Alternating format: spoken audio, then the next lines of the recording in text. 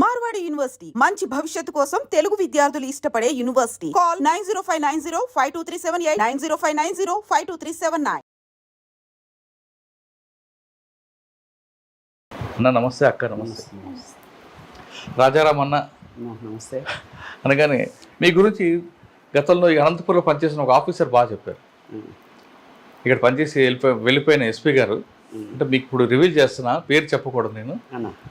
సాధారణంగా అన్నలు అనగానే అందరూ తుపాకులు పట్టుకొని తిరుగుతారు, ఏదో చేస్తారు, సెటిల్మెంట్ చేస్తారు అనుకుంటారు. కానీ రాజారాం అని మా దగ్గర అనంతపూర్లో ఒక ఆయన ఉన్నారు. ఆయన ఎప్పుడైనా కలవండి. ఆయన అసలు రాయలసీమలో పార్టీ ఎందుకు పెట్టింది, పార్టీ ఇక్కడ ప్రారంభం అవడానికి, పార్టీ నిష్కరణకి కారణం ఆయన చెప్తారని ఒక 20 సంవత్సరాల క్రితం మీ గురించి చెప్పారు. కానీ తర్వాత మీకు నాకు కుదరకపోవడం, ఈ సందర్భంలో మా అక్క సుశీలక్క ద్వారా వాళ్ళు మీరు కలిశారు. ఎస్పీ గారు అంటే నాకు తెలిసి మీరు పేరు చెప్పలేదేమో, నేను చెప్పమంటే చెప్తా. నేను చెప్తా తర్వాత. అయితే అటువంటి పరిస్థితి అంటే పోలీస్ ఆఫీసర్ కూడా మిమ్మల్ని మెచ్చుకున్నారంటే మీరు నమ్ముకున్న సిద్ధాంతం ఇక్కడ దారి తప్పకుండా ప్రజల కోసం వెళ్ళారు కాబట్టి పోలీసులు కూడా మిమ్మల్ని లైక్ చేశారు. సాధారణంగా పోలీసులు నక్సల్స్ కంటే పడదు, కానీ మిమ్మల్ని మాత్రం ఆ కోవలో చూడలేదు. అయితే సరే, మనం అసలు విషయానికి వస్తే ఏ పరిస్థితుల్లో మీరు పార్టీలకు వెళ్ళారు, వెళ్ళేటప్పటికి ఇక్కడ మీరు వెళ్ళే ప్రాంతంలో పరిస్థితులు ఉంటుంది, వెళ్ళిన తర్వాత మీరు అనుకున్న లక్ష్యం నెరవేరిందా లేదా, ఫస్ట్ మీరు చెప్పండి. ఏ పరిస్థితులు అంటే నేను మీ కుటుంబం మీ నేపథ్యం అని చెప్పండి. మాది మధ్యతరగతి రైతు కుటుంబం, మేము 3 అన్నదమ్ములము. మా నాన్న వ్యవసాయం చేసేవాళ్ళు, మాకు బాగా భూములు ఉండేటివి, అంత వ్యవసాయం, ఇప్పటికీ వ్యవసాయ కుటుంబమే. మమ్మల్ని ఆనాటికి 3 కూడా మేము డిఎన్టీ హాస్టల్ అని ఇక్కడ జీసస్ నగర్లో ఉన్నటువంటి ఒక హాస్టల్, రాడికల్ స్టూడెంట్స్కు నిజంగా ఒక విధమైనటువంటి స్థావరం. ఏది డిఎన్టీ హాస్టల్ అనేది అనంతపూర్లో మాతో పాటు చాలామంది అమరులైనారు. మా సీనియర్లు కుమారన్న, అక్కడ ఉన్న వాళ్ళే, గుంటకల్ల సత్యం వచ్చేవాళ్ళు, ఎర్ర సత్యము, అంటే ఇప్పుడు వాళ్ళు కొంతమంది బయటకు వచ్చి జాబులు చేసి డాక్టర్లు అయిన వాళ్ళు, ఇక్కడ ఇంజనీరింగ్ స్టూడెంట్స్గా ఉండి మాకు ఆర్గనైజర్లుగా ఉన్నోళ్ళు, వాళ్ళంతా కూడా డిఎన్టీ హాస్టలే స్థావరం. అంటే అప్పటికే మాకు స్టూడెంట్ యూనియన్లో ఉన్నప్పుడే హై స్కూల్ సెక్షన్లోనే మా పైన కేసులు ఉండేవి. వార్డన్ని అంటే కొట్టడం అనేది అక్కడ స్టూడెంట్స్ ఆర్గనైజేషన్ల మధ్య కూడా విభేదాలు వచ్చేవి. అప్పుడు కూడా మేము బాగా యాక్టివ్గా మిలిటెంట్గా ఉండేవాళ్ళం. అంటే మాకు వచ్చినటువంటి అనంతపురం జిల్లాలో అనేక విద్యార్థి సంఘాలు ఉన్నప్పటికీ మాకు రాడికల్ విద్యార్థి సంఘమే ఎందుకు మాకు ఆకర్షితులైనంటే, మిగతా స్టూడెంట్స్ యూనియన్స్ మా సమస్యల కోసం తాత్కాలికంగా వచ్చిపోయేవాళ్ళు కాదు. మాకు ఎందుకో మా కుటుంబాలకు జరుగుతున్నటువంటిది, వ్యవసాయానికి జరుగుతున్నటువంటి దోపిడీల గురించి మాకు పెద్దగా మార్క్స్, పెట్టుబడి ఇట్లాంటివి ఏం తెలియని వయసులోనే దోపిడీ అంటే ఇట్లుంటుందా, మా బతుకులు ఇలా ఉండడానికి కారణం ఇదా అనేటువంటిది విడమర్చి చెప్పేవాళ్ళు. ఆర్గనైజేషన్స్ ఓహో మనం బతికితే ఇందుకోసం బతకాలరా అంటే, ఎందుకంటే చిన్నవే చెప్పేవాళ్ళు. దేవుడు ఉన్నాడా లేడంటే దేవుడు లేకపోతే అట్లా అని మేము వాదించేవాళ్ళము. అరే మీ తెలుగు మాస్టర్ ఏం చెప్తారా అనేవాళ్ళు మమ్మల్ని. సూర్యుడు అంటే అది రఘువంశము, సూర్యుడు 7 గుర్రాలు వస్తాయి రఘువంశం అని చెప్పేవాళ్ళు. మరి సైన్స్ మాస్టర్ ఏం చెప్పేవారు అనేవాళ్ళు. సైన్స్ మాస్టర్ అదంతా గోళం. అమ్మడి 2 మాస్టర్ల మధ్య ఇంత తగాదా ఉంది కదరా, ఇక నీకు హిస్టరీ ఏం తెలుస్తుంది, చరిత్ర ఏం తెలుస్తుంది, మమ్మల్ని క్వశ్చన్ చేసేవాళ్ళు.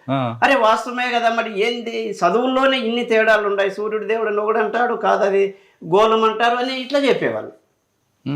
మీకు హాస్టల్లో వచ్చేటువంటి సోపు డబ్బులతో నుంచి మీకు అందాల్సినటువంటివి ఇవన్నీ ఎక్కడి నుంచి వచ్చినాయి అనేటువంటిది మాకు అక్కడి నుంచే ఎడ్యుకేషన్ వచ్చేసింది.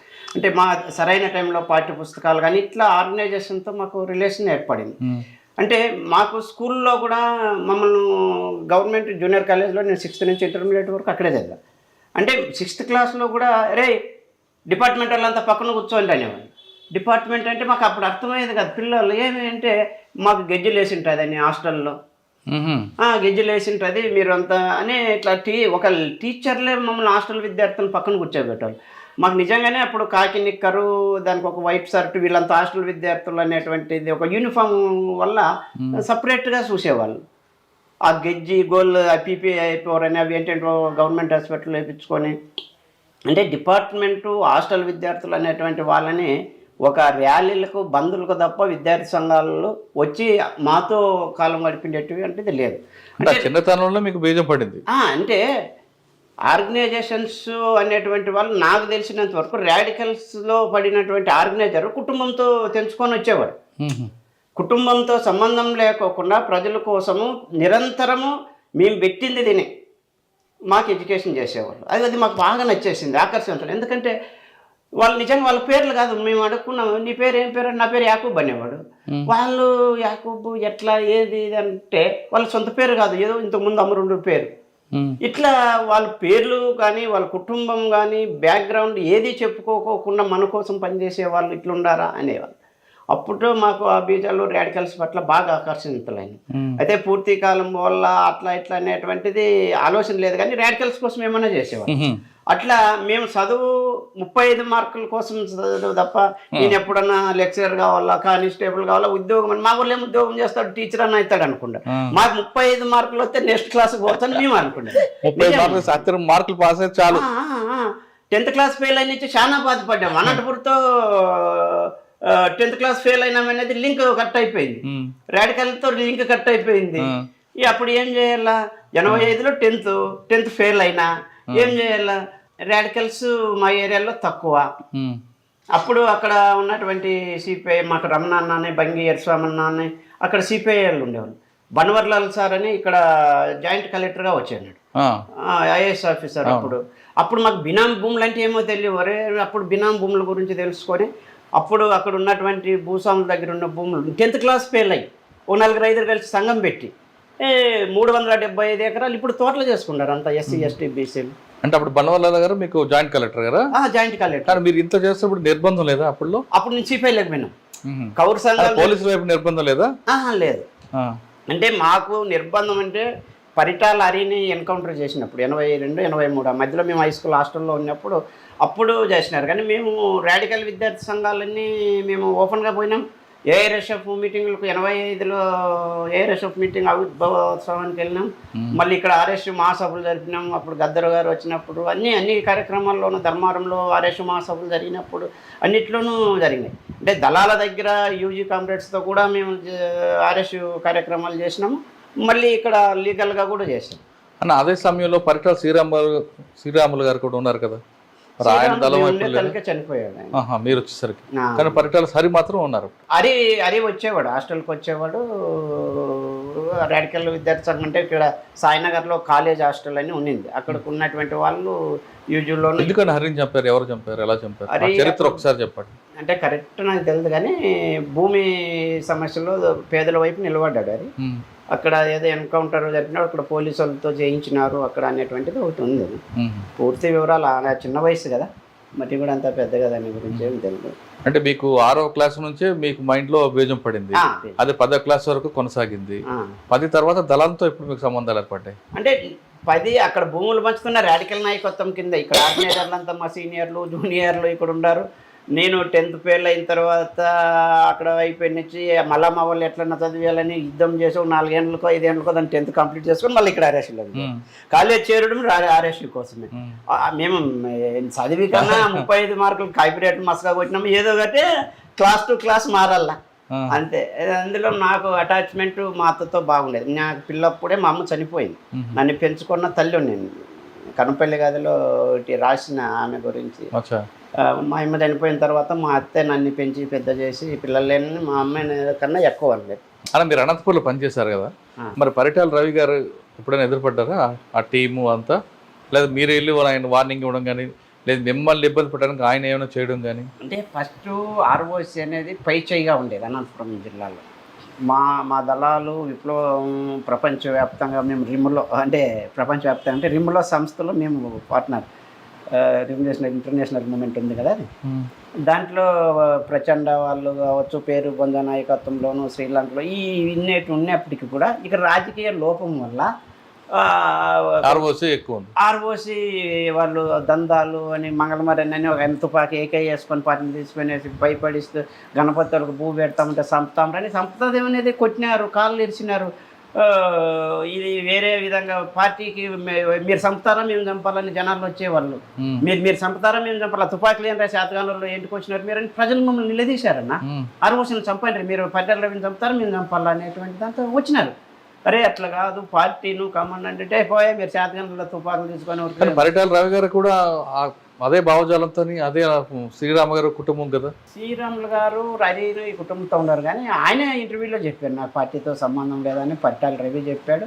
వాస్తవంగా కూడా కొన్ని విషయాలను విభేదించాడు కూడా. అంటే బదలాపురం ఇష్యూ అని ఒకటి వచ్చింది మాకు 86లో సంక్షోభం, బదలాపురం సంక్షోభం అని చెప్తారు విలేజ్లో. అప్పుడు ఉన్నప్పుడు అక్కడ రాజకీయాలు, అక్కడ సత్యం కుమారు వీళ్ళంతా కూడా గెరిగీసుకొని అక్కడ కొన్ని ఒకే సామాజిక వర్గం ఇట్లా ఏదో జరుగుతూ ఉంది అనేటువంటి దానిపైన కూడా చర్చలు జరిగాయి. అయినప్పటికీ కూడా ఆయన వచ్చిన తర్వాత ఆయన కుటుంబం, అమరవీరుల కుటుంబం అని ఆయనకి ఆర్థికంగా చేయాలని, ఆ క్వారీలు ఇవ్వడం, రకరకంగా డెవలప్మెంట్ చేయాలన్నటువంటి అక్కడ కొంతమంది ఆర్కేడ్లు వీళ్ళు చేసి ఎన్నో కుటుంబాల అమరులైనా ఆ కుటుంబాన్ని కొంత ప్రోత్సాహంగానే తీసుకొచ్చారు. కానీ ఆయన కానీ అప్పట్లో ప్రచారం ఏంటంటే పార్టీ పరిటాల రావు గారికి వాళ్ళ బెదిరింపు భయపడి పనిచేసిందని ఉంది. పార్టీనా? పార్టీ భయపడలేదు, కానీ ప్రజల గురించి ఆలోచించారు. పార్టీ ఎందుకు భయపడతారు చెప్పు? పార్టీ ఏంటి భయపడుతుంది? ఒక్క విషయం చెప్పండి. మేము పోలీసులుగా భయపడలే, ఎన్కౌంటర్లుగా భయపడాలి. పార్టీకి వస్తేనే చంపుతారు అనేటువంటి తెలిసి వచ్చిన, మీటింగులకు పోతేనే కేసులు పెడతారని చెప్పి కూడా మిలిటెంట్. మరి ఏ విధంగా పార్టీ భయపడే? పోలీసులు చంపడం కన్నా చాలా క్రూరంగా ఉండేది పరిటాల రవి ట్రీట్మెంట్. పరిటాల రవి ఎవరిని చంపాడు? పీపుల్స్ వారిని చంపుతారని భయంతో ఉండదు. అదే ఇంపార్టెంట్. పరిటాల రవి కుటుంబము గతాన్ని చూసి భయపడింది. ఇది ఈ పరిటాల రవిని ఏమన్నా చేస్తే ఒక విప్లవకారులు కుటుంబాన్ని చంపినారు అనేటువంటి కూనా మేధావులు ప్రచారం చేస్తారే అనేటువంటి దాంతో భయపడింది. ఇది భయం తప్ప, అంటే సిద్ధాంతపరంగా అజా ఈ కుటుంబంలో ఇద్దరు నష్టపోయినారు ఇది అనేటువంటిది ఇప్పుడు ప్రజలు ఇప్పుడు ఎవరన్నా కానీ ఇప్పుడు రాజకీయ, నేను కూడా వైఎస్ఆర్సీపీలో జోనల్ ఇన్ఛార్జిగా ఉన్నా రైతు విభాగంలో, అట్లని చెప్పేసి దోపిడీ చేసుకుంటూ పోం కదా. పరిటాల రవి అనే ఆయన 1000 కోట్లు సంపాదించి ఎవరికి ఇచ్చినాడు అనేటువంటిది క్వశ్చన్ వేసినారు కదా. ఆ రోజు కరపత్రాలు పంచినారు కదా పార్టీ. నీ కుటుంబము నీ అనేటువంటి చెప్పారు కదా. ఆయన శ్రీరాములు సినిమా చూస్తుంటే చెట్ల నరికి అలా ఆస్తులు నష్టం చేసి కబడ్దార్ అని చెప్పారు కదా. తర్వాత ఆయన గద్దరు వరవరరావు వాళ్ళ దగ్గర పోయి ఏడ్చో పార్టీకి క్షమాపణ చెప్పుకొని ఓకే అని అయిపోయినారు. ఎప్పుడు మంగళమారిని చంపిన తర్వాత రియాక్షన్ మొదలైన తర్వాత వీళ్ళు తోకలు ముడిచినారు. లేకపోతే సిద్ధాంతంలో భూ పెట్టొద్దు పార్టీ అంటే మేమనేటువంటిది ఒక మాఫియా మధ్య తయారైంది కదా. నిజంగా మేము నక్సలైట్లది ఈ సిద్ధాంతాల కోసం చేస్తున్నామని తెలుసుకోవడానికి కొన్ని సంవత్సరాలు పట్టిందండి. నక్సలైట్లు అంటే మాఫియా, ఎవడు నక్సలైట్, ఎవడు ఒరిజినల్లో, ఎవడు డూప్లికేటో జనాలకు జిల్లాలో నా కొడుకులు నాశనం అయితే పదం ఎట్లున్నా అట్లా అనుకునే పరిస్థితి తెచ్చింది ఎవరు? సిద్ధాంతాలు ఈ ప్రజల కోసము. ఇవి ఈరోజు నిజంగా రవి కూడా నక్సలైటే అనుకున్నాం. ఇప్పుడున్నటువంటి నీ ఆస్తులు, నీతో బతికినటువంటి వాళ్ళు, వాళ్ళది నీ స్థాయి ఏమి, నీ సమానత్వం ఏంది, నీ సిద్ధాంతం ఏది? అవును, పార్టీ నుంచి బయటకు వచ్చారు, అరెస్ట్ అయ్యారు, సరెండర్ అయ్యారు, అంతే కదా. ఆరోగ్యం రీత్యా